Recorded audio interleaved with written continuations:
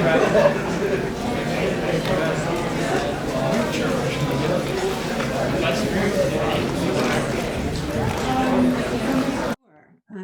will now discuss the future of the Democratic Party, what it means for the direction of the party leadership. How does President-elect Joe Biden work with the progressive wing of the party? How does the party navigate its ascendancy and solidify recent electoral gains? The conversation will be moderated by NYU's Associate Professor of Politics and Public Policy, Pat Egan. I turn it to you, Pat. Thanks, Ellen. It's great to be here. And thanks to C-SPAN for having us. And thanks to all of our guests and all of you watching on various media around the world. As Ellen said, this is about the future of the Democratic Party. And we are lucky to have a number of folks who have worked in the party on its campaigns and on its policymaking in a number of different capacities over the years. So I'm eager to hear your wisdom. So I thought I would just dig into it, and what I'll do is ask a question, and just to kind of help the conversation go, I'll direct it to specific individuals to start, and then we can get into more of a back and forth. So, you know, political scientists would say that while the Republican Party is a group of ideologues, of people who agree on sort of a tightly defined set of conservative principles, the Democratic Party is really much more a group, a coalition of groups, that with different identities that are drawn together in a common, seeking a common purpose. And so many political scientists would therefore say that the Democratic Party has. There we go. Sorry, I've been muted. I really I apologize. Again, thanks for having me, and thanks to C-SPAN for having us. I will just get us started with a couple of questions directed at individuals, and then we can get into a conversation. Political scientists would say that the Democratic Party is a coalition of groups, in contrast to the Republican Party, which is much more of a coalition of people who kind of think similarly about conservative principles. And so I think one thing that is always a challenge for the Democratic Party is how do you keep these groups together, moving in a common purpose? And in particular, how does that work for President-elect Biden in mounting a kind of a coherent policy strategy, a policy agenda, particularly if he may not have complete control of Congress? And I thought that, Stephanie, I might start with you as somebody who has, among others, sat in a White House and thought about some of these similar kinds of problems. I'm sorry, Pat, the question is, how does he govern in a divided government? Yeah, and also, you know, what kinds of policies and initiatives appeal to this broad coalition of voters known as the Democratic Party that might also be, you can actually move the football during at least the first 2 years of this administration? Well, the first thing that he will deal with is, you know, a response to the pandemic, to ensure that the states and healthcare workers get the resources they need, but also a stimulus to get small businesses and working families, to prevent additional bankruptcies and for people falling into poverty. You know, will that garner Republican votes? You know, I hope so. I think it's too soon to tell. You know, we do have two runoffs in Georgia, which will determine the balance in the Senate, which I'm sure you've all talked about already. Once those results are known, I think that will give us a little bit more of a signal of how Republicans are going to act, particularly in the Senate. But in terms of a COVID response and a stimulus, you know, the House has passed multiple bills already, sent them to the Senate. The Senate has passed, you know, very limited bills, but there are things already on the table that people have agreed to. So hopefully, after those Georgia Senate races are determined, people will come to the table and try to get that done. Beyond that, you know, we've got work to do on healthcare.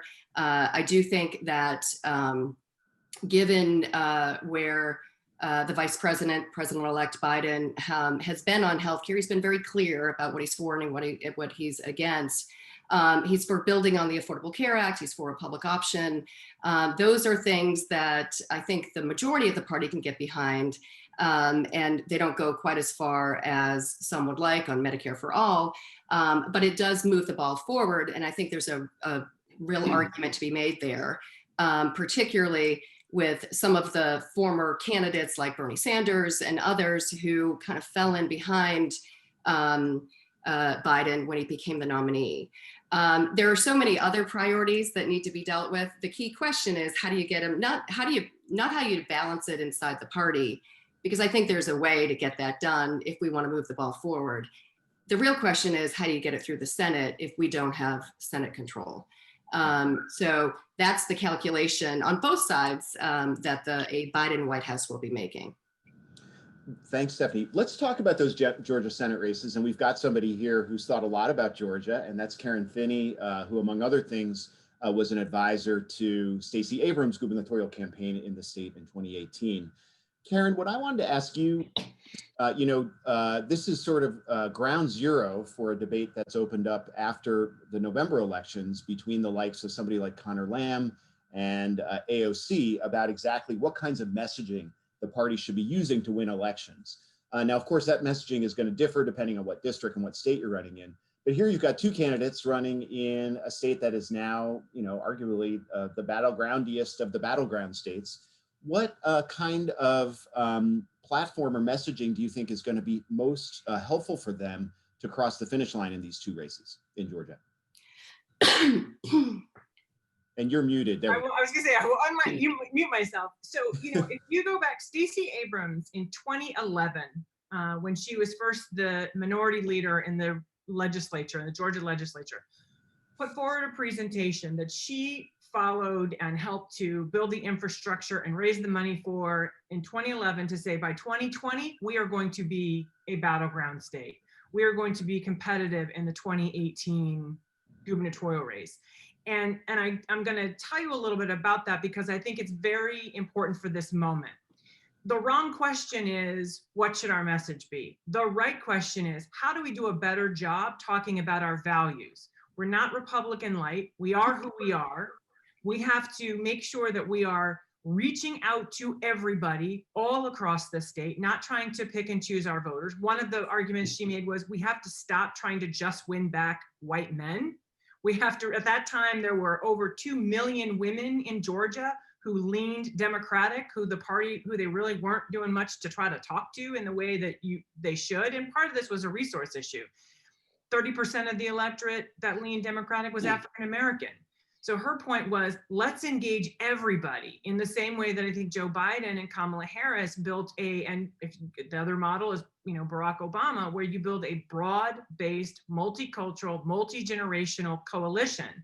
And it's not that you say something different to white suburban voters or black suburban voters or rural voters, but it is, her theory also of the case was, we're going to say the same thing. We're going to be who we are, but we're going to talk about our issues and our values and do values-based messaging, because whereas issues may change, our values, our core values certainly stay the same when you think about an issue like healthcare. And I think values is something that unifies Democrats. We have different ideas about how we get there, but I think, as a party, we fundamentally believe that healthcare is a right. And that women's rights are human rights. I mean, there are certain things that we fundamentally believe. So I think in this moment, I would continue to follow the Abrams playbook, if you will. And there are other groups like Black Voters Matter, led by LaTosha Brown, who have done phenomenal work. But part of it was very systematically identifying who are the voters we haven't been talking to, who we should be talking to, and broadening the concept of who those people, who that base could be. Registering them, doing voter education. That's going to be critical between now and the runoff. A lot of voters will need to understand what's happening and what you need to do to engage in this runoff election, because it's complicated. I mean, the irony, I was just listening to how the Republicans are attacking the Republican Secretary of State, and really they're mad at him because he didn't engage in the kind of weaponizing incompetence the way that Brian Kemp did in 2018, where he literally did not give instructions at the county level on how to handle provisional ballots, which was part of why it was such a mess, right? This guy actually did his job accurately and fairly, and of course he's being attacked for it. So I think part of it, and look, some of the changes that have occurred in the state between 2018 and 2020, from a legal framework to make it easier for people to vote, to deal with voter suppression, I think we have to continue to keep the gas on all of that, because I think we will see voter suppression in full effect going into the runoff elections. It will be critical to continue to, I saw John Ossoff is traveling today to talk about healthcare. But the important thing is, and this goes also back to something when I was at the DNC, Howard Dean talked a lot about with the 50 state strategy, and kind of first question, what party has to do. Again, Georgia is an example of how it can work. You have to try to talk to everybody. Don't just assume that certain voters are going to be turned off to you.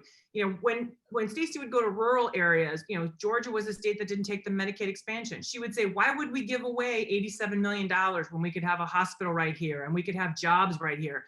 And people in rural areas who maybe hadn't thought about voting for Democrats before thought that makes good sense to me, right? So it's not that we have to necessarily change our values and change what we're talking about. We have to make sure we're really engaging people and we're talking to them where they are and at their level in terms of breaking down what these complex issues really mean to them. And so I think both candidates have to continue to do that.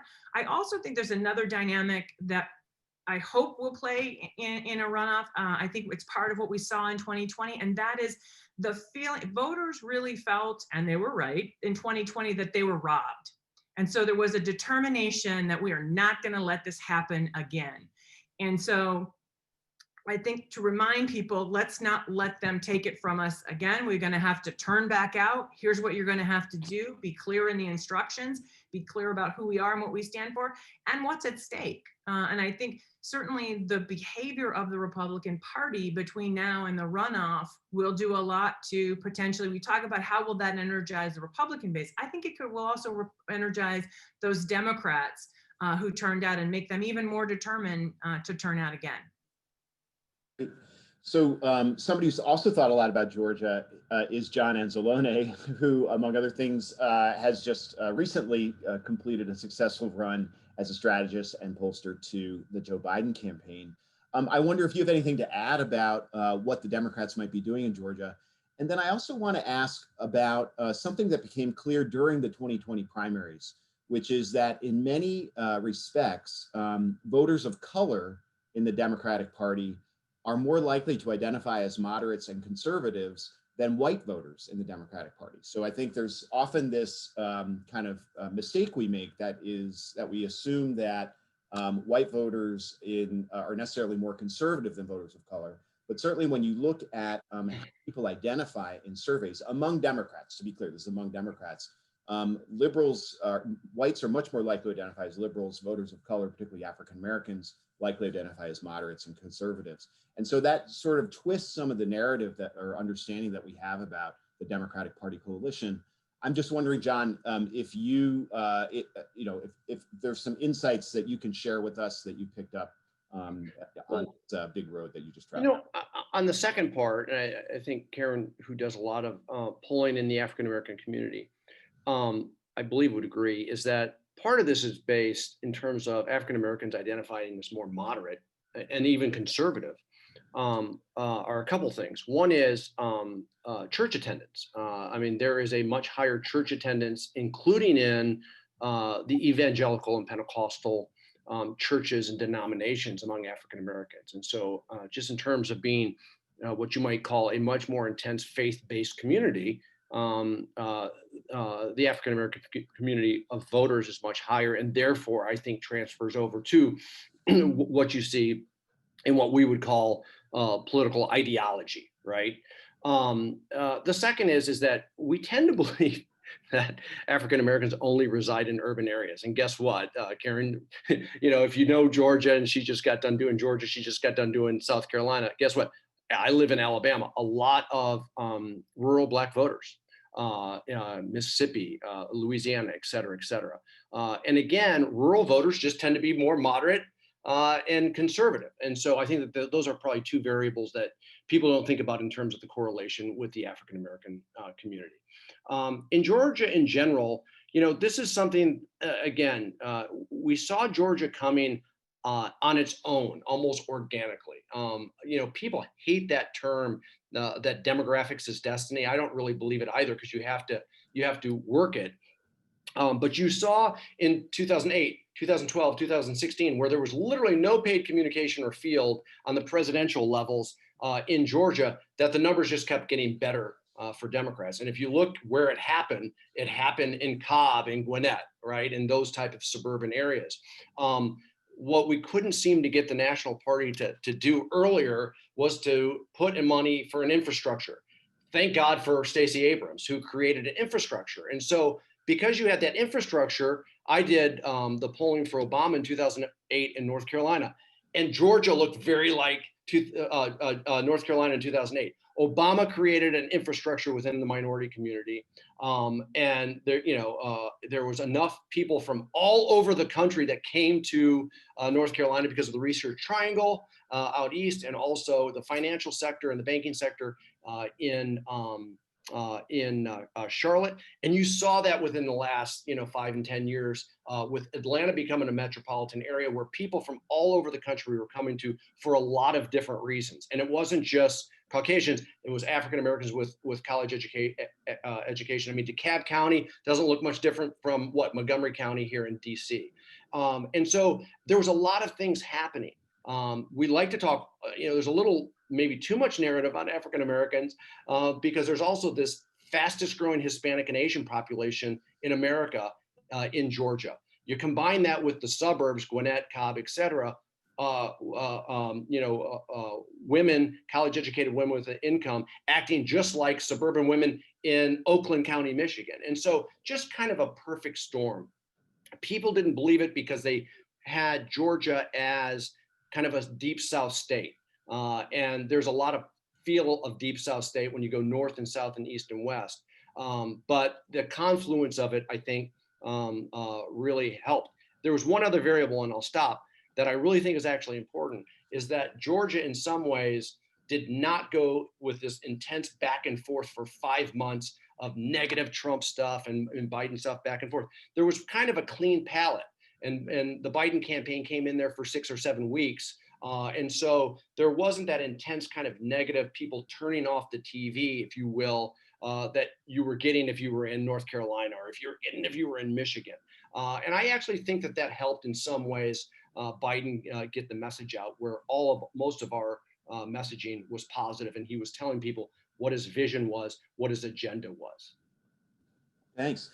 Jonathan, I want to ask you about this coalition that John was kind of referring to in Georgia, and we're certainly seeing across the country for the Democratic Party, which is two of the big backbones here are voters of color, and then also educated white professionals. That is why the Democrats are winning the suburbs, for example, in such big numbers, particularly in 2018. We saw a whole bunch of these seats flip as white educated professionals finally basically abandoned the Republican Party. And so one kind of observation I've had about that is it does seem that one of the possibilities here would be a diminishing or a dampening of the Democrats' longstanding devotion to reducing income inequality. And I'll give you the example that's on my mind, which is, no offense to John, but Biden's promise not to raise taxes on anyone making under $400,000 a year. That's rich, right? So I think that is a direct reflection of the fact that he had to appeal to these upper income voters, mostly professionals. And I'm just wondering if you see any tension moving forward in the party along those lines, Jonathan. I hadn't thought of it. I hadn't thought of it that way. I actually thought that his promise not to raise taxes on anyone making under $400,000 a year was actually kind of brilliant. It plays to people's aspirations if they aren't making that. But it also puts a target on the billionaires who, the progressive wing of the party really wants to get. They want them to be taxed. They want them taxed. So I think the conversation on income inequality will continue within the party.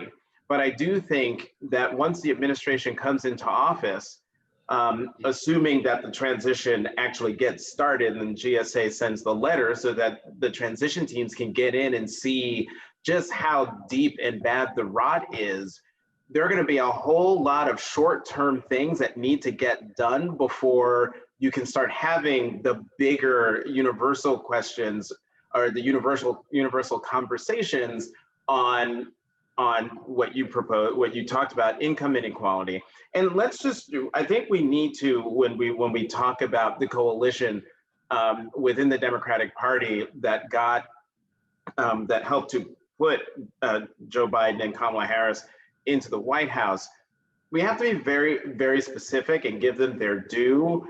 Yes, voters of color were a big part of the coalition, but driving the bus of that coalition from the first special elections after Trump's election in 2016 or his inauguration in 2017 were Black women, and we cannot forget that.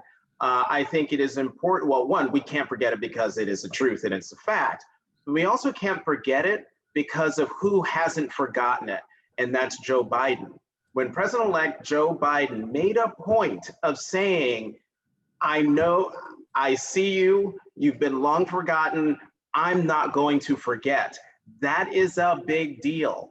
And so, whether it's healthcare, income inequality, climate change, criminal justice reform, infrastructure, you name it, that constituency, that major part of the coalition is going to be front of mind, as they should be, because after decades of helping the Democratic Party, saving the Democratic Party, it's about time that the party and the president pay attention to them, because they have shown cycle after cycle after cycle, particularly between 2017 and now, that they know what they're doing, they know what the issues are, and finally the party listened to them about what needed to be done and what needed to be said in order to in order for there to be victory. Hey, Pat, can I ask one other thing? And I think this is important if people go to joebiden.com, is on the income equality portion of it.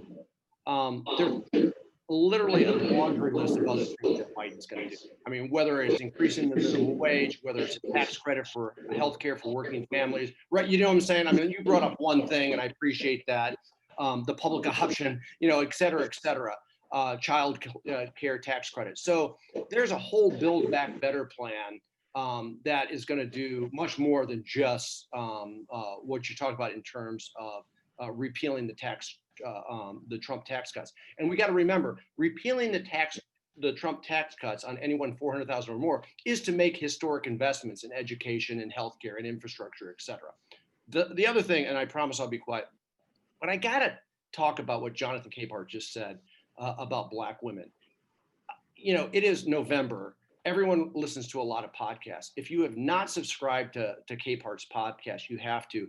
The best podcast I've listened to this year was when he interviewed Brittany Cooper. Is that right? Brittany Cooper. I didn't know who Brittany was. She's a Black feminist. She has a book called Rage. I ordered it. I can't wait to read it. I need to, it blew me away, her explaining, basically, again, this fascination that some Black men have with Trump, but also about the elevation of Black women at their strength within the Democratic Party.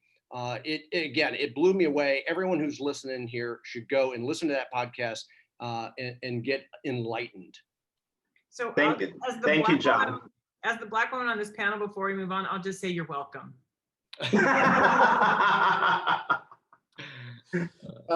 Let's dig into that for a minute, and I'll let anybody answer this question. What exactly, policy-wise, does the party owe Black women right now?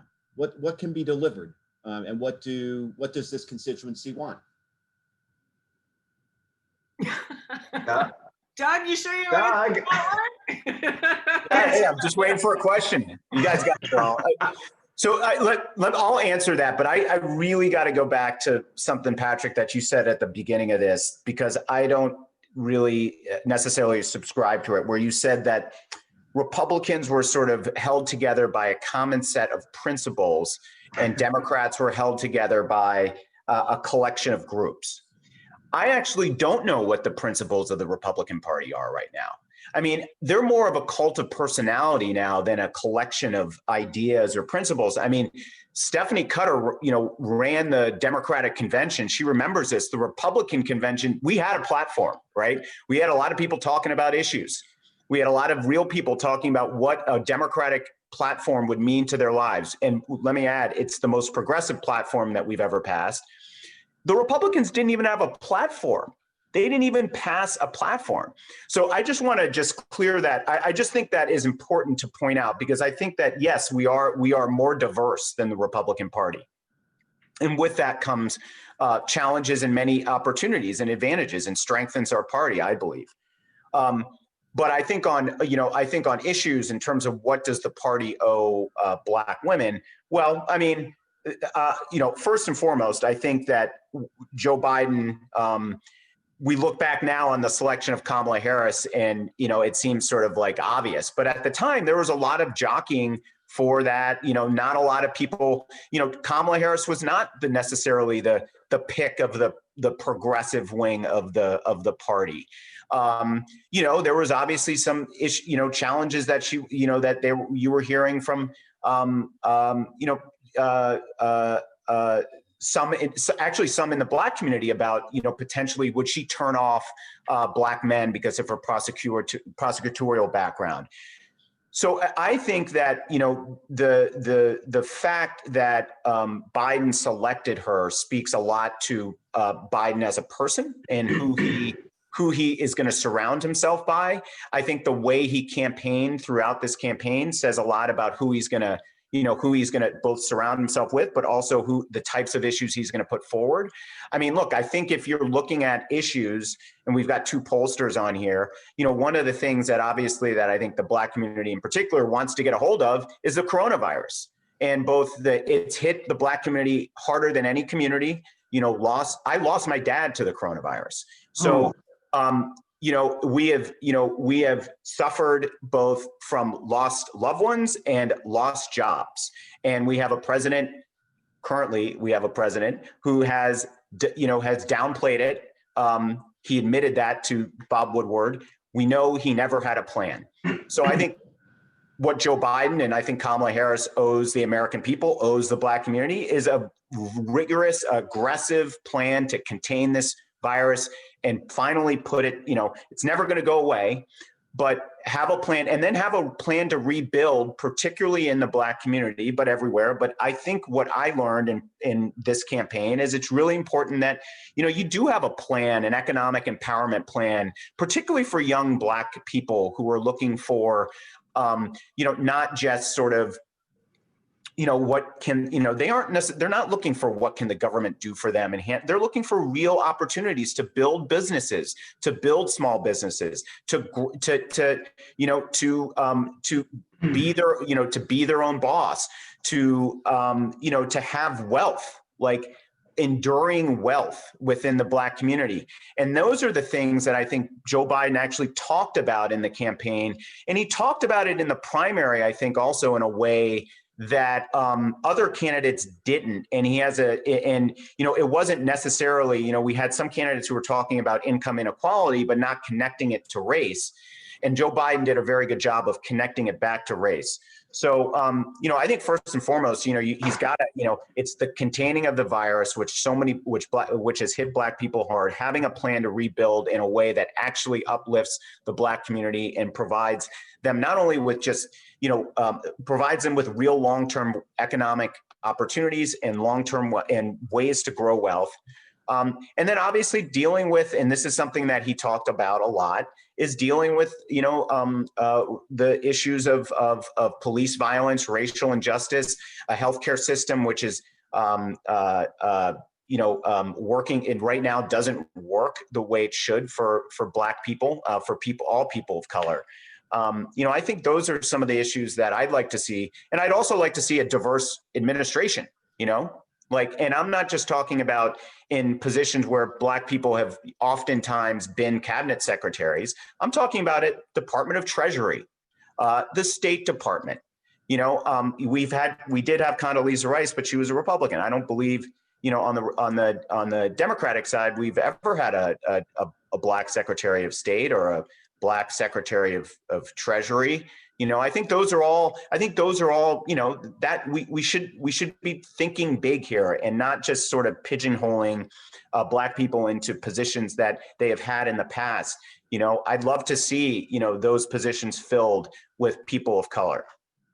Can I just add to that? I think one of the things, and thank you, Doug, for all of that, particularly, and Jonathan for praising Black women, because one thing I would say is that, what Black women have been asking for are what all Americans are asking for, right? We want to be seen. We want to be heard. We want to be respected for leaders, not just, I think, particularly for Black women, we're not the Aunt Jemimas. We're not your nannies anymore. We are leaders in this party and in this country. But also, part of, and this is something Hillary Clinton used to talk about, when you lift the economic conditions of women, you are lifting the economic conditions of the nation and of men. I mean, I don't want to leave men out of this, and I don't want to leave Black men out of this, because they did their part too in this election. And I think, one of the things that Biden did so well, I really hate the argument, this criticism that Joe Biden didn't have an economic message. Of course he did. Part of it was exactly what Doug was talking about, talking about wealth creation, and that, yes, that was a message that was targeted to Black Americans in some ways, because that is something we have been left out of. I mean, if you think about it, I'm in my 50s. There are people my age where, my father's ability to leave me a little bit of money, that is the first time in my family that has been possible. In white families, you have generations and generations and generations. And I'm not even talking about being millionaires. I'm talking about a house or a little teeny bit of money. That's what we're saying. And we're the ones who tend to, we took the greatest hit in 2008 when it came to the housing crisis.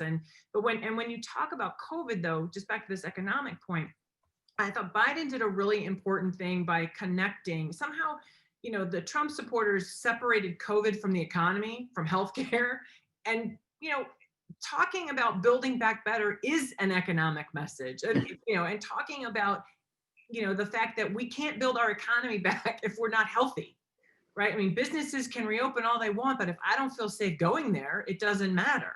And so I think when we think about what does he owe Black women, what does he owe this country? He, as Doug pointed out, it was a very progressive agenda. And what he owes all of us is his best effort, he and Kamala, to get it done. I think, as Stephanie pointed out, that is going to be a lot harder if we don't have control of the Senate. I think it is going to be incumbent on all of us, and by this I mean all of the people watching, we the people, to help keep the pressure on to make sure the things that we said we wanted happen, and to ask for the receipts from the people we elected. And by that, I mean your members of Congress and, House and Senate. There's got to be some accountability on others to work with him, because overwhelmingly we supported his agenda. We supported his vision. And so we have a role in making it happen. And certainly I think from Black women, that is our commitment, is to stay vigilant, to stay watchers on the wall, to make sure that the things that we said we wanted, that we stood up for, actually happen. And I think all of us have to do that going forward. And certainly I will just say, from a polling perspective, top two issues among African-American voters, and did an effort for the CBC specifically looking at sporadic Black voters who had a 20% drop in enthusiasm to vote down ballot from the top of the ticket. Most motivating issue: criminal justice reform and policing reform, combating racism. Because for Black people, that is the economy, that is healthcare, that is our economic opportunity, our job opportunity, right? And particularly over the last 4 years, it has been a very hard time to be a Black person, a brown person, a different person in this country. And so I think part of what people are wanting is the opportunity, as Doug pointed out, we just want a chance. And I think that's part of what electing Joe Biden and Kamala Harris really represents. That vision is about giving people just a fair chance again to try to better themselves and do the work. So that kind of brings up a very comprehensive solution, or at least a response to racial inequality that's been proposed by a lot of leaders, including Cory Booker, who's sponsored legislation to take a look at it, which is the idea of reparations. Is that a productive and constructive policy conversation for the Democratic Party, or is it a dead end? Does anyone have an instinct about that? I mean, I'll go briefly, and I see Jonathan talking. I'm sort of more interested in this idea of wealth creation, closing the gaps. Also, if you think back to Congressman Clyburn's 10-20-30 formula that he came up with during the 2009, really, in the recovery. Again, when you do that, you don't just help lift Black people, which is important, but you help lift poor people, all people, actually. I think those kinds of conversations are probably more constructive, but Jonathan, I'll shut up now. Don't shut up.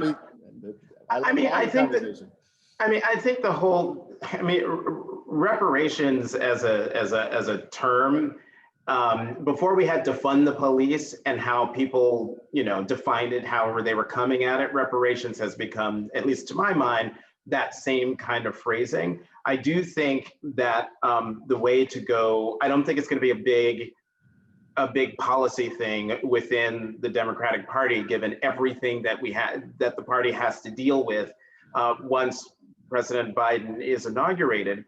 But I also think that there's already a solution there when it comes to having the conversation about reparations, and that's HR 40. It is setting up a commission that will examine American history and have hearings and all sorts of things to get to a point where the nation can have an educated and informed conversation about what the nation should do and or say to the descendants of slaves, specifically, and to people of color more broadly, about how this country has treated us and treated our forefathers. So the vehicle is there to deal with the question of reparations. If anybody within the Democratic Party tries to make that an issue for the Biden-Harris administration within the first year of that term, I am coming for them, because there are infinitely more important things to get a handle on, chief among them the pandemic, and then the economy that's been decimated by it. I want to actually just turn the conversation a little bit to personnel and kind of what we see as generations of leadership in the Democratic Party. I don't need to tell you, but I will remind our audience that Speaker Nancy Pelosi is 80 years old. House Majority Leader Steny Hoyer is 81. And Democratic Whip Jim Clyburn is also 80 years old. Stephanie Cutter, I am wondering how the Democratic Party kind of deals with what will eventually, either sooner or later, need to be a generational shift in leadership. Is there a way to handle that graciously, and when should it happen? Well, yes, there's always a way to handle it gracefully. If there is a agreement at the top that it should happen. I don't think that, Chuck Schumer, Nancy Pelosi, or the President-elect Biden think that they are younger than they are. They know exactly what their age is. But they, all of them spend a lot of time cultivating that bench. And just look at the convention and the people who spoke at that convention. Look at the keynote address. It was all up and coming Democrats from across the country that are the next generation of leaders. And that was one of the points of that convention, to lift up those leaders who would normally, if they were going to a physical convention, could do fundraising and, you know, make connections and speak from a big podium. We did it differently, obviously. But the vice president was adamant that this is, you know, we need to talk about the next generation. And look, you know, a number of electeds that were reelected, that won in 18 and were reelected in Trump districts are the future. A number of young electeds from blue districts are the future. That is what encompasses the Democratic Party. So, you know, I do think that there has been more effort over recent years to build that bench. And, you know, we'll see what happens in terms of future leadership of the House and Senate. I know Schumer announced his leadership team today, and I can't quite say where Pelosi's is. I think the leadership elections are a little bit off, but you know, there is not an insurrection happening to remove those leaders. They, you know, they have a good and loyal caucus. We know what our goals are. We work together to get Donald Trump out of office. We work together to take the House majority. We'll continue working to try to win those 2 Senate seats so that we can take majority of the Senate. And throughout that process, there's lots of investment happening in that next generation. Patrick, if I could add, to jump off of Stephanie's point about how the convention sort of showcase the next generation of leaders within the party, you know, we should also pay attention to the fact that that's what President-elect Biden did in his whole vice presidential selection process. I can't remember the last time people who went through a vice presidential selection process coming out of it looking better than they did when they went in. And the beauty to me of how President-elect Biden went about it was he gave each woman who was known to be being considered, he gave them a platform. He put the spotlight on them. And so now, you know, yes, Congresswoman Val Demings was on the radar because of impeachment. But now, because of being actively considered a potential VP pick, her stature has been elevated. That's what I'm thinking of. The stature of all of the women who were under consideration was elevated, especially if they were not at the sort of level of stature of, say, Susan Rice, the former national security advisor. And so between that and also keeping his cards so close to the vest that no one actually really knew who he was going to pick, it didn't leak, which also I think preserved the dignity of the process and the dignity of the women under consideration. And so between the people who spoke at the conventions plus the women who were under consideration for VP, I think the talent pool within the Democratic Party is a deep one. Can I add something? Because I do want to give Stephanie Cutter like much love and respect for a phenomenal reimagining of the convention. I know there were other people who were part of it, but my God, that was amazing. And one of the things that was so beautiful about that convention is that it showed the breadth and depth, not just of our party, but our country. And what I really appreciated coming out of the convention, and I think this is relevant going forward as we think about not just congressional leadership, but leadership in the Democratic Party, and frankly, the party itself as we move forward, we are better prepared to reflect and represent the diversity of this country. And I think you really saw that on display during the convention. I think you've seen that, you know, sort of throughout. Just look at the diversity of people who ran for president. But I think one of the realities of our country, and I think this election, 2016 to me, having worked on Hillary's race, in some ways was about the past and the future, and that we were sort of, and I don't know if John would agree with this, hedging our bets that the demographics of the country had changed enough that we could, that we were ready for a woman president, we could win. If you take out all the variables around why we won or lost, Trump really dug in on the past, really dug in on cultural anxiety, racism, and sexism. I think part of what we're seeing 4 years later is the country moving forward. The demographics of the country have moved forward. The acceptance of the diversity of our country is moving forward. I think that's part of the mandate that Joe Biden got. But I also think that is part of the strength of our party, that diversity and that depth. And I don't just mean black and white, right? I mean older and younger and Samoan and farmers and artists and you name it, that was so reflected as who we are.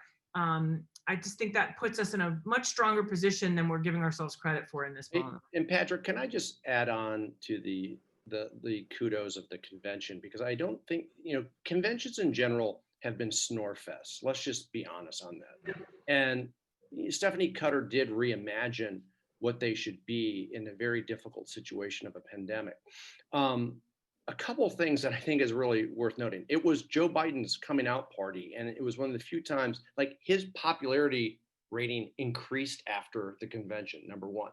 Number two, 57% of Americans who viewed the Democratic conventions said they had a positive kind of job rating of the convention, that their impressions of the Democratic Party and the convention were positive.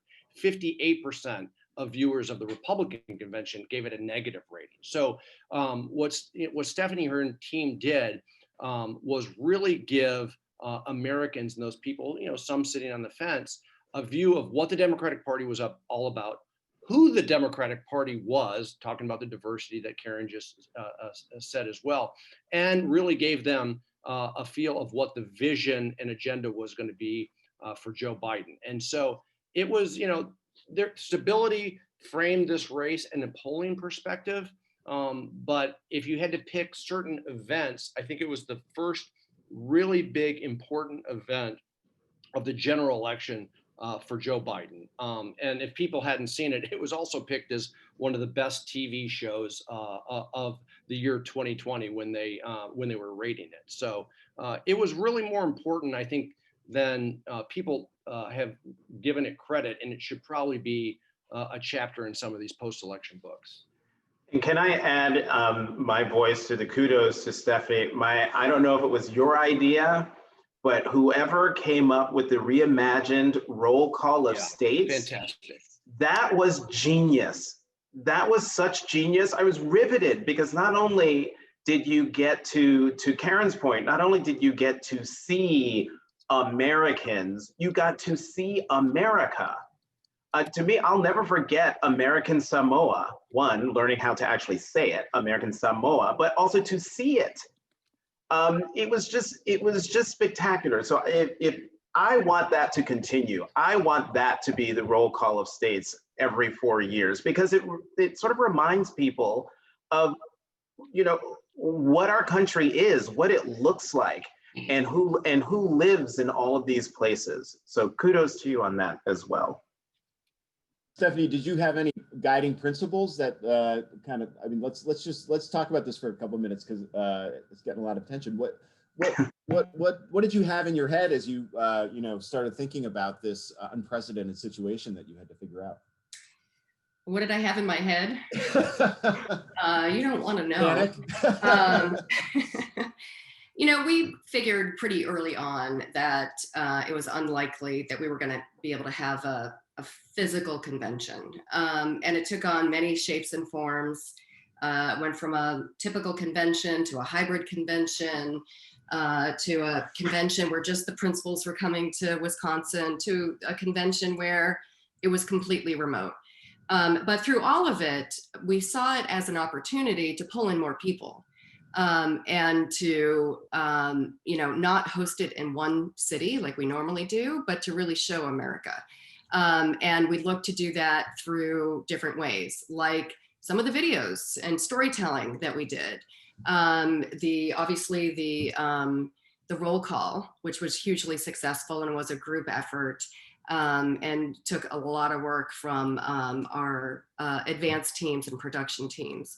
My forever favorite will be the calamari comeback of Rhode Island.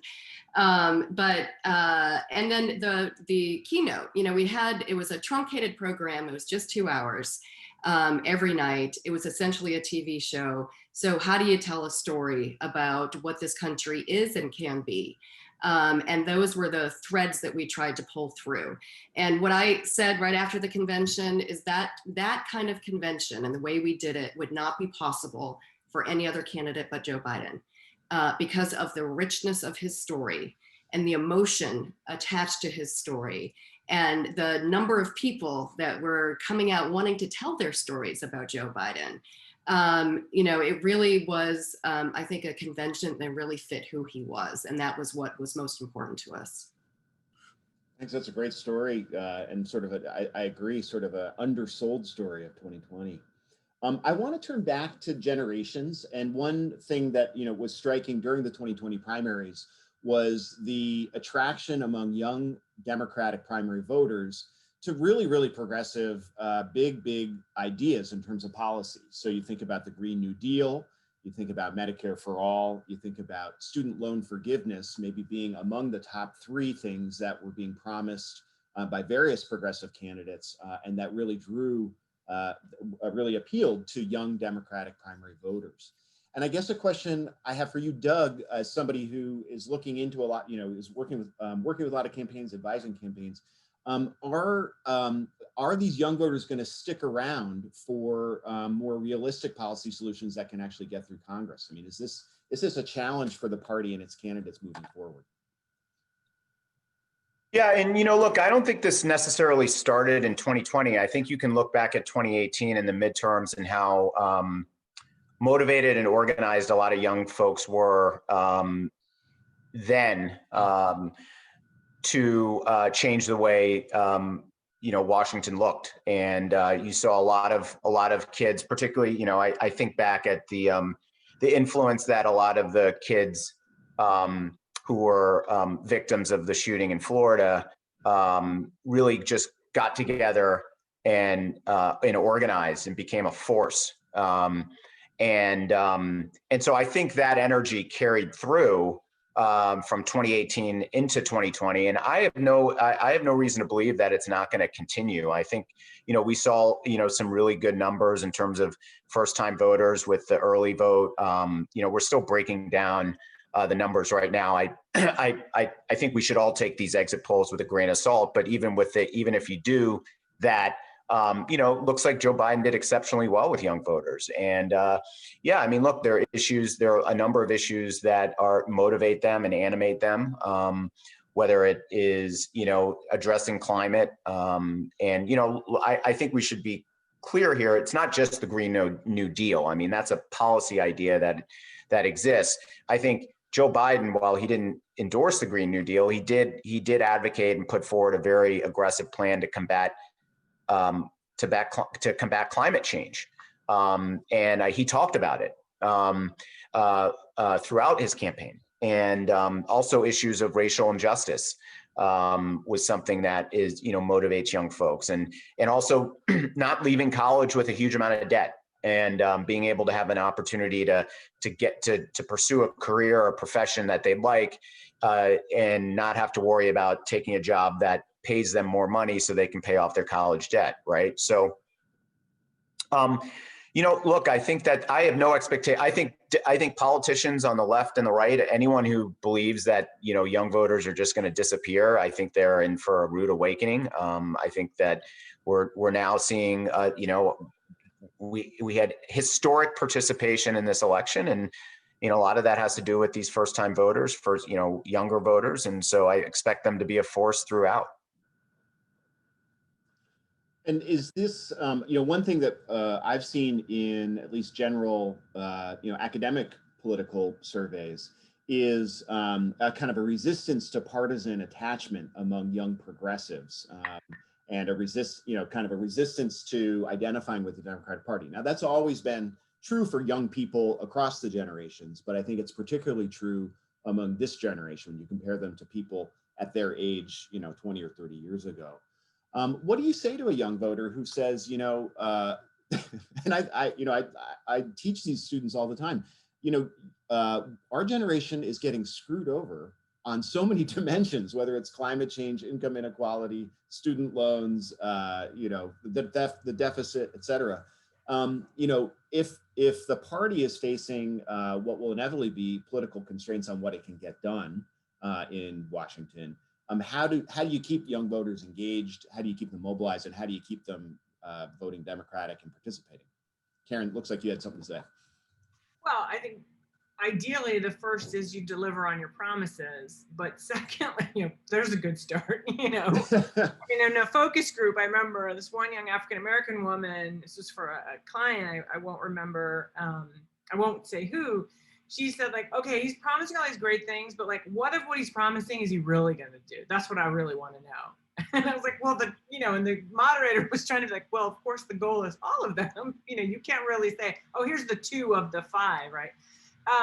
But look, I think, and this is something I think, this generation understands, and I think those of us who are a little bit older have to work in collaboration around the idea that that's why you have to stay engaged. That's why I said you got to ask for the receipts, right? And it's not just about what does the Democratic Party do, but your elected leaders. And if you don't like what they're doing, run for office, which we're seeing them do, which I think is really important. And we're talking a lot about national politics, but local politics, what's happening in your state legislature in many ways will affect your life more immediately. If I say this as a board member of NARAL, Pro-Choice America, we've seen what's happened to abortion rights, for example. That's going to have, so pay attention to what's happening in those races. One of the things I think Color of Change has done so well in their activism around criminal justice reform is getting people to focus on who are the people who are making decisions about the justice system, the elected people, whether it's judges, whether it's law enforcement, those who are elected, that you can have an impact on right now.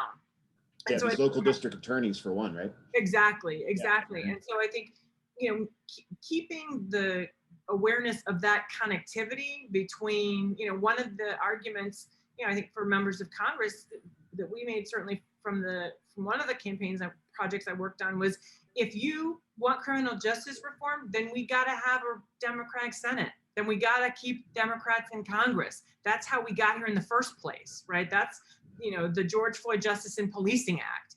And so I think if we're talking about, whether it's climate change and COVID and the economy and college affordability, all of these issues, I do think to some degree, Democrats have a little bit of a structural challenge. And it's great to have the White House, but I think as a party, one of the things we certainly have to recognize is we have to keep campaigning for our ideas.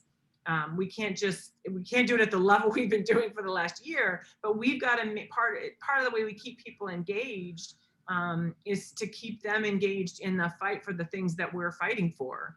I think that's, and they've got to recognize, we've all got to recognize our roles in that. Yes.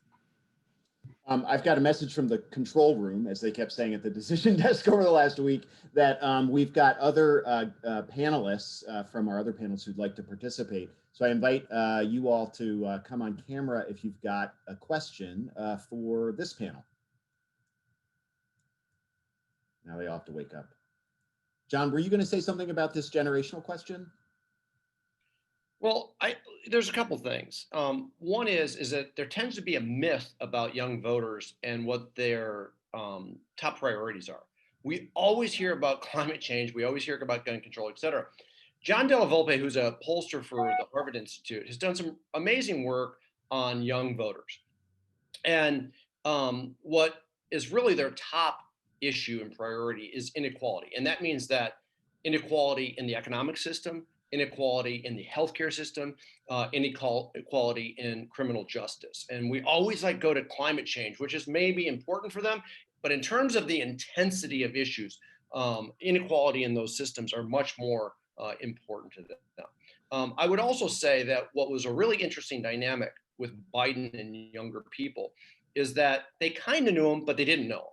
And what they really kind of were attractive, this may be a surprise to people, is that he was a guy with all these plans. Like they loved the fact that he had all these big plans, Build Back Better on economics, on criminal justice, on healthcare, et cetera. And that was important to them. And they knew about his experience, and they actually didn't give him a demerit for being in elected office so much, because they actually believed that he could get things done, right? And he knew the system. Clearly, the proof is in the pudding, but Joe Biden himself has said, we're going to go big. We're going to do big things here. And you get brownie points for trying as well. And so, we'll see how, of course, it all works out, because we have a Republican Senate, et cetera. We may not if Georgia pulls through. But the fact is that this is a guy who has really big agenda items. Who goes to these websites and reads all this policy stuff? It is young people. And so like they were going to joebiden.com and reading all this stuff, and they may not have said, oh, I agree with all of it, but they were really surprised about how in-depth it was and how complete it was in terms of him laying out what he wanted to do. Great. Steve, you got a question for our distinguished panel? I do. And first of all, I want to join the chorus of compliments for Stephanie Cutter on the convention reimagining. It was just an amazing thing. In fact, I actually think that you've changed the way conventions will be done forever, and good for you. Congratulations on that. I also wanted to just ask the panel a question about youth voters. And, you looked at the polls before the election, and it looked like Vice President Biden had about a 40-point lead going into it among people under 25, and about a 30-point lead among people under 44, if I believe, if I'm accurate. So I wanted just to get a check on whether that held, whether it was something that was a little overstated, like some of the other polls, and get an idea about where the ticket splitters were. What were the demographics of people that walked in and voted for Joe Biden and then voted for a Republican down ballot? I know it's a lot, but maybe there are other panelists from yesterday's panel, like Joel, who would be in a position to address it as well. So anybody who wants to take it, please do. Well, it's a lot, and it's too early. I mean, to be quite honest, especially to kind of analyze the ticket splitters in some ways. I mean, the reality with 18 to 29-year-olds is in 2016, again, exit polls aren't perfect, but they went, 55% went for Hillary, and Biden got 62% of them. And so in terms of the margin, again, if you're going to believe the exit polls, the margin increase, was a good 9 points. And so that's incredibly robust. And as a share of the vote, we'll probably see it go up as well. The one thing that you almost have to wait for is you have to wait for these voter files to get appended. And that's where you get the really good analysis of, exactly who voted. And then you're able to do kind of extrapolations through some of these companies. And you really get to see percentages of the vote and things like that. And so I think we have a little time, but I think that in terms of young voters flexing their muscles, this was finally an election where they did that. We kept hearing it previous cycles, and it never really materialized. Joel, you want to jump in? I know as an advisor to Pete Buttigieg, he had a lot of appeal to young voters too during the primaries. So love to hear what you think. Yeah, I would also say that, are you mute? Along with, we've got stereo here, sorry.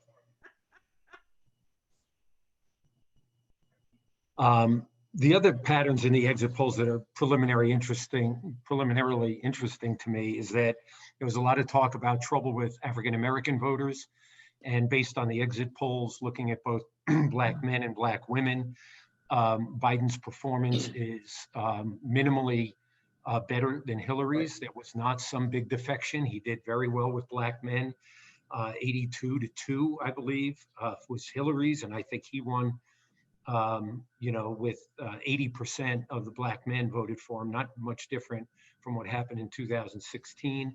And same with Black women. I think that there were a lot of, stories being written out there. And then when it came to election day, we see that a lot of the Democratic voters and the Democratic Party coalition held pretty strong. As John says, we got to wait for a few more numbers with the exit polls. They'll build them out and see crosstabs. But to me, that's really significant.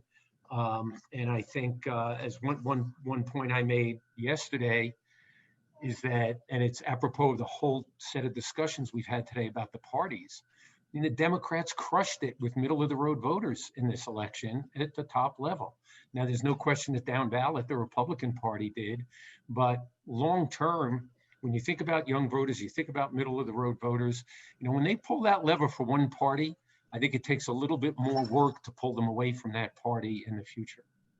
I just meant one thing I want to mention, because we talk about her a little bit, but I do think Kamala Harris added to the strength and deepening of support among young voters. I did a poll, Thornell Beltran, I did a poll for Higher Heights for America, specifically asking the question during the Veep stakes. And we did it in such a way to try to take out racial bias as much as possible about the importance of selecting a Black woman versus a white woman as the VP. And by 27%, millennials and Gen Z voters in battleground states thought it was important that Joe Biden select a Black woman.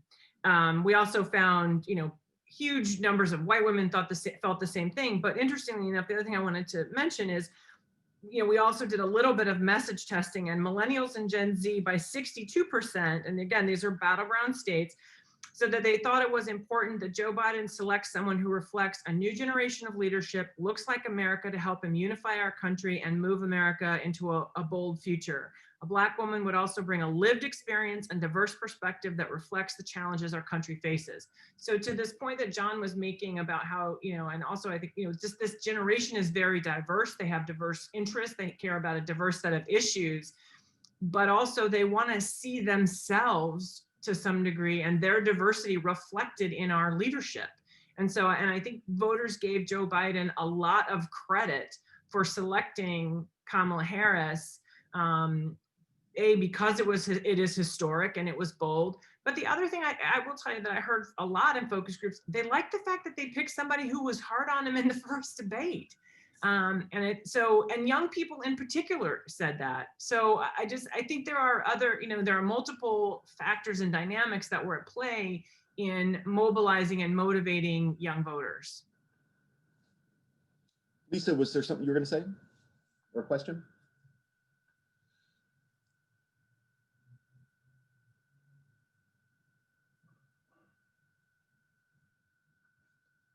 No?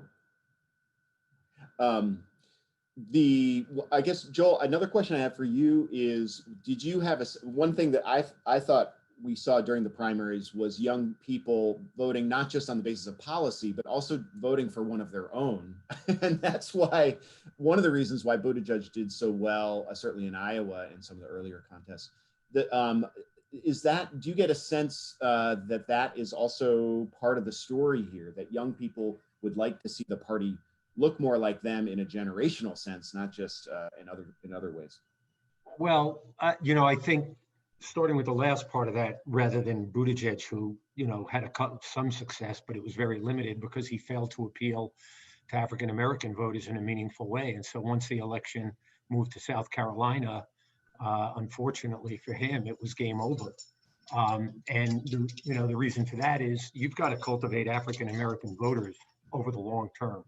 You can't work to try to win the votes of African-American voters, even in a Democratic primary, just late in the game when you need their votes. You got to do it ahead of the curve.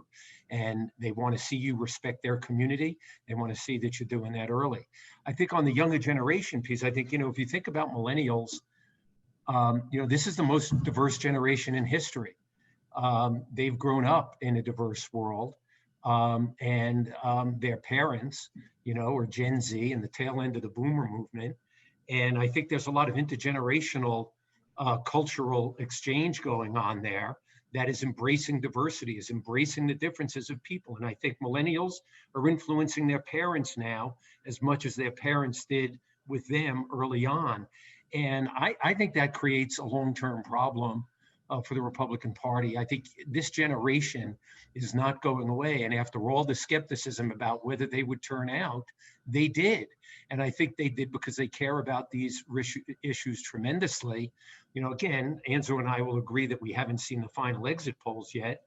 But the three issues that, among the three issues that were rated most important in the exit polls, with each getting about 1 in 5 to 1 in 3 saying so, and racial equality was one of the top three.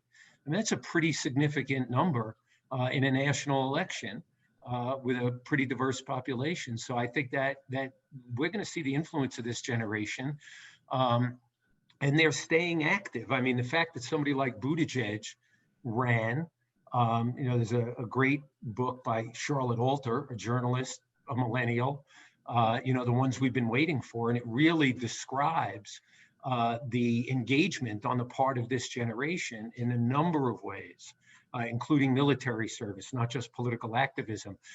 I think, you know, winning this generation is going to be very significant in elections going forward. So speaking of game changers, and John, you and I were talking leading up to the election, and you were saying the surprise on election night could very well be Georgia. And you also kind of felt like Texas was moving. Now, obviously, if we've put the 3 bricks back in the blue wall up in the Midwest, and we can hold Georgia in this election and maybe on January 5th, maybe going forward. So my question for you is Georgia changed permanently, or was this a one-time thing, A? And Karen Finney, please weigh in on this as well, because you're an expert on Georgia. And 2, was Texas a mirage, or were we just a little early to Texas? And when does Texas flip for Democrats and stay there? So Georgia, listen, I think Georgia is going to be a battleground state from here on out. I think that, again, you know, I don't think that it will recede in any way. I actually think it might get better. You saw that again with North Carolina, right? Once North Carolina became a battleground state, I think one of the problems with North Carolina is that it's now a battleground state. And so every cycle, 8, 12, 16, 20, it just gets barraged. And so it just gets beat up and it almost gets fatigued. And so we've actually been moving, worse. Same thing with Florida. That's why this whole clean palette, where our election basically lasted for 6 or 7 weeks, not on the ground, that was going strong, I think is really important. I think that Texas is exactly what I was talking about, the comparison between 2020 that Georgia looked like 2008. Until there's substantial money put into the infrastructure, first of all, they're both Latino and African American. But then, you have to remember, you used to do this on the political side, Steve. Texas has 22 media markets. And so it is like, you have to have $100 million commitment to a place like Texas. And it is just really difficult to do. But it's going to keep getting better for us. There's going to be probably at the state level some successes, which always help, right? I mean, didn't Stacey Abrams' close call help Georgia, where people are like, oh, okay, we need to do a little bit more in Georgia. It could be a battleground state. And so I think that becomes part of the equation here as well. And Steve, I very eloquently, if I do say so myself, spoke about Georgia earlier in the program, but very briefly what I'll say is, it's a little bit a la Howard Dean and the 50-state strategy. I mean, Stacey Abrams put together a plan in 2011 that literally said by 2020, we're going to be a battleground state, and laid out between what kind of infrastructure, what the demographic changes were, messaging wise. One of the most important things was really looking at, the lack of communication, back then with women who leaned Democratic, with Black voters, right? And sort of writing off specific parts of the state. And so I think as Georgia is also a model for how we should be thinking about expanding the map for Democrats in other places, because the other piece of it is, look what you can do with investment. I think it mattered that Obama put some investment in 2008, obviously ended up then deciding that they weren't, that wasn't going to be a winner. We did the same thing in 2016 for a period. I think all of it matters. And over time, I would like to see us be able to do this across the country. And again, one of the things that Stacey always says is we don't have to change who we are and our values. We just have to make sure we're talking to people. And certainly the last thing I will say is we did not hear people in Georgia, like in South Carolina, for example, there was a point at which people just said, it's just too much information. It's too much, particularly in COVID. One of the things they said, there's so much negative information coming at us because of COVID, all the political advertising on top of it just was too much. So I think John's point about sort of the clean slate theory is an interesting one as well. Hey, and just one last thing on that. I would just say that, when you look at Texas in 22, there's going to be, Abbott is up for reelection. So, I would encourage Democrats in Texas, like, we've got to contest that race. I know he's a popular governor, but, you can't win a race if you don't actually try to go after it. And so let's make Republicans sweat for it. It's likely that they're going to be favored, but a lot of this comes down to the candidates that we get to run. I mean, Stacey Abrams was a phenomenal candidate, and she ran. But, I think that as you look at some of these places that Democrats are trying to, to turn blue or turn purple, you only do it by having strong candidates who build that infrastructure. So year after year, Democrats are communicating to voters on a regular basis, and it's not just sort of a one-off.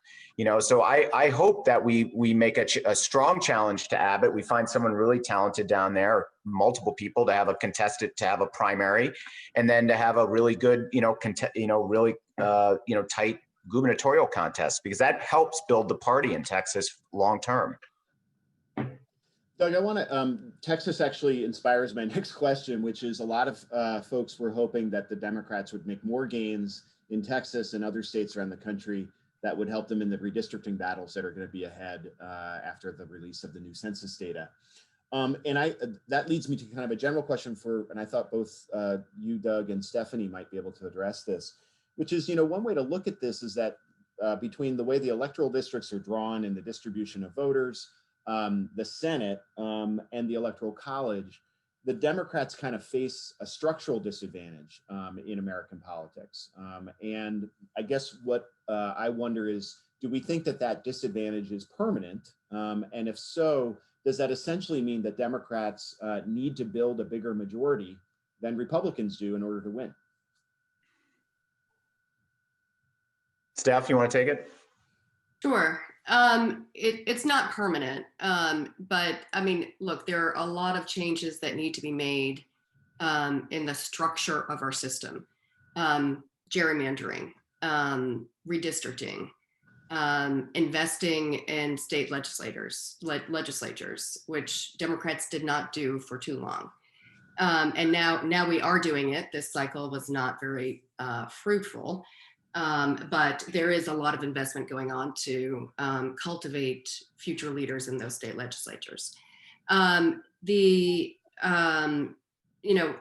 it comes to presidential elections, we keep winning the popular vote, but the Electoral College is always a thin margin.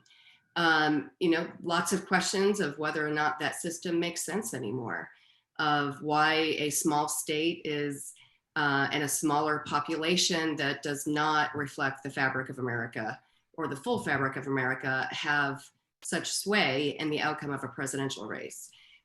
So these are questions that a lot of people are asking. There is some activity to put those reforms in place, at least for redistricting and eliminating gerrymandering and working the courts to ensure that our votes are protected. But the larger looming question is about, the Electoral College and whether it still fits who we are as a country. So, Doug, do you have anything to add to that? I mean, I would just say that, you're right about the investments. I think Republicans for a long time have made investments at down ballot races that for whatever reason, we didn't do the same sort of, we didn't focus in on as much. And that means that they control assemblies in states that Democrats probably will win the would win statewide. And then, building up to attorney generals and to secretaries of states. And, and I think that we're starting to fix that as a party. But it's so important, as you see. I mean, I think it was super important that Democrats had in Pennsylvania and in Wisconsin and Michigan governors. We didn't have that in 16. And I think that was a really important, for the party in terms of rebounding from 16 and winning those states. And so, yeah, look, it's going to be really important. And, I think I give hats off to, Eric Holder and, his effort on redistricting. That is so important. And I think that is just such a critical aspect of politics. And so, I think the party really does need to invest more in some of these organizations that support Democrats running, in state assemblies. Jonathan, do you want to weigh in on this? I sort of, because there is a sense, at least among political scientists, that not just in the US, but across the kind of the rich democracies, the liberal urban party faces a structural disadvantage in any system where seats are elected via geography in a first past the post kind of system like ours. And so I just wonder if the Democrats, again, have to essentially work a little harder to win power than the Republicans, just because of the way, among other things, the way the voters are distributed geographically. I mean, I guess so. I mean, I keep thinking about Stacey Abrams' race for governor, where you have a big urban center like Atlanta, but a majority of the state is not urban. It's rural. And the thing that most impressed me about Stacey Abrams, leave aside her race for governor, which would have been successful were it not for voter suppression. So you can't forget that part. And how that weighs in on how Democrats fare at the ballot box. But she was very insistent, one, not just in terms, as Karen has said a couple of times now, insistent on talking to, well, one, embodying, not being afraid to be a Democrat, running on her values as a Democrat. But the more important thing was she took her message to every corner of the state. She didn't just focus her attention on Democrats, she focused her attention on voters. And I remember asking her, what do you, like, how are you going to convince Republicans to vote for you? And her point was, I'm not asking, actually, I was asking her whether the Democratic Party should, keep its attention on white working class voters. And she said, look, those voters of the Democratic Party is trying to convert back to the party are Republicans. And so my job is not to convince someone to change their ideology, to change their party. My job is to tell them that if you elect me, I am going to do everything I can to make your life better. And that is a message that allows you to run for office no matter where you're running, no matter who you're talking to. It's a consistent message, whether you're talking to parishioners at a Black church on Sunday, or if you are in an all-white town in a rural district somewhere else in Georgia.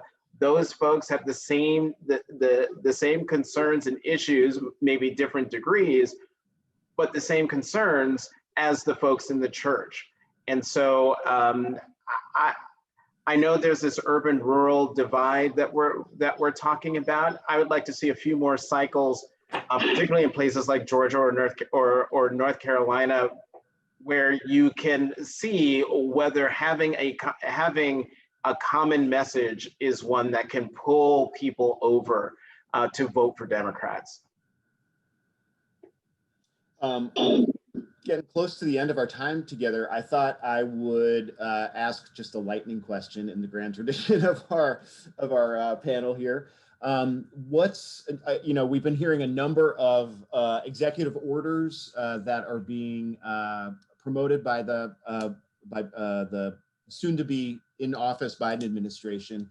which of these is the most important in your eyes, and in terms of moving the ball, both policy and politics wise?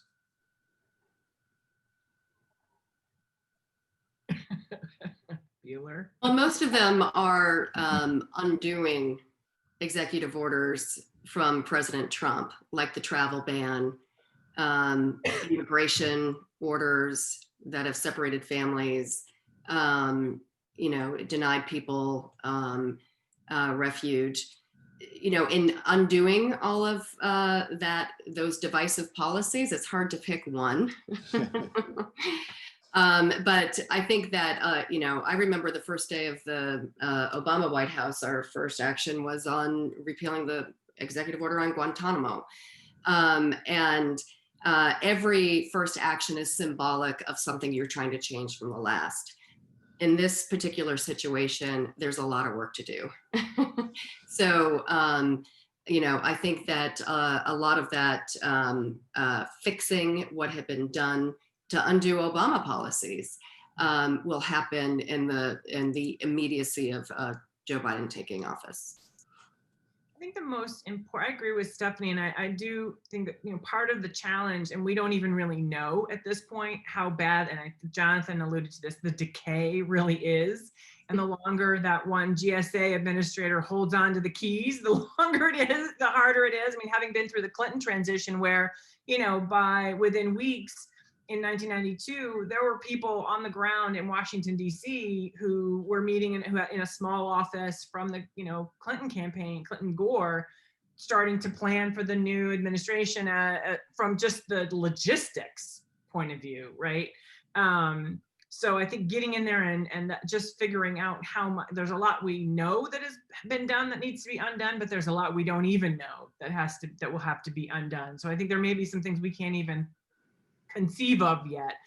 But I would say probably one of the most important, I think there's two things they really need to try to do. One would be, depending upon what happens with the Affordable Care Act, that could end up being one of the most important first things to do. We certainly wouldn't want people losing their health care in the middle of a pandemic, and particularly if we have a precarious situation with the Senate for some time, depending upon how all these things play out, you may need to try to move quickly to do something by executive action. I think the second thing, though, is to, people always talk about the first 100 days. I think it's important to have a range of things that are initial goals, whether that is from if we look at some of the, maybe it's, we're not going to keep kids in cages anymore. Maybe it's, there's some really important things like that are not just symbolic, but that are emblematic of a change in the character of Joe Biden and Kamala Harris and how they will govern this country, that will have some immediate meaning and resonance. And so if I were them, I would look for what are those things where it will feel like things are changing meaningfully, relatively quickly, in addition to sending, as Stephanie said, very important messages about who they are and how they intend to govern. Great. We are almost out of time. Jonathan, Doug, any quick responses? I would just say I want President Biden to use all of the tools at his disposal to help this country. And we've seen with this current president, he ran about talking about how, criticizing Obama on the executive orders that Obama did. We know that's all sham now. And so when Joe Biden does whatever he needs to do through executive order, I don't want to hear anything from Republicans. Okay. The point is that I almost feel like Trump has sort of revealed in a very bad way, revealed the power of the presidency. And so I hope that Joe Biden really takes that and really does whatever he needs to do through Congress, but he should not be afraid to do what he needs to do through executive orders or other ways. I just want him to use the full force of that office to make this country better.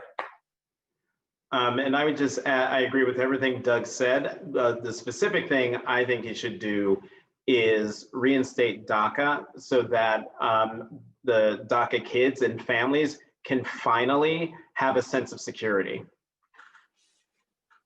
Thanks very much, everybody.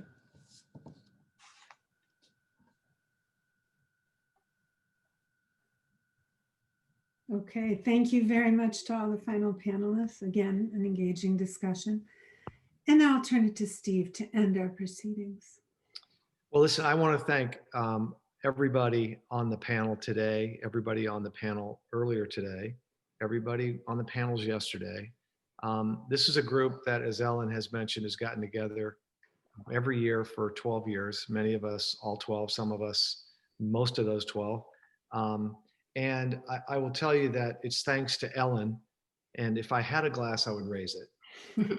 Because it's thanks to Ellen who all those years ago imagined something very different, which was a dialogue that involved conversation, partisans who didn't scream at one another, but who actually had conversations and explained what happened, something open to the community and to the community of students, and something that I think all of us have benefited from enormously and richly, because we've been able to participate, because of the friendships that we've made and the relationships that we've built, that have not just stayed on the grounds at La Pietra or in Athens where we do this, but have come back to Washington and have actually enabled some work together on different things. So I really, really, really want to express my gratitude and our gratitude to Ellen for doing this and for remaining committed to it, to the vision of comedy and calmness in these conversations. I want to acknowledge Lynn Brown, who has been one of our strongest and most dependable allies and advocates back at NYU, who's helped to fund these, who's helped to put them together, and who's helped to make them fun. And of course, Tom McIntyre, where would we be without you? Kind of pulling it all together and keeping us on schedule and on track. Thank you, Tom. And thank you to NYU. So that's the end of another great 2 days that I hope everybody's enjoyed as much as we have. Next year, we'll be doing it again. We'll be in Athens, and we look forward to seeing everybody then. Thank you very much. Ellen, did you have anything you wanted to close out with? Just thank you for your generous comments. All I did was imagine a group of people I would like to spend time with and a conversation I'd like to be part of. And you have never disappointed me, and it just is better and better. And again, as Joel said in one of these meetings, if the conversation could be this collegial and honest, everywhere in the political sphere, we would be in a better situation now. And Steve, you know I could not do any of it without you. So thank you so much. And thank you, Lynn and Tom and Steve Hoyer, both of whom are hiding. But see you all again next year, someplace warm, I hope. Bye-bye, everyone. Thanks so much.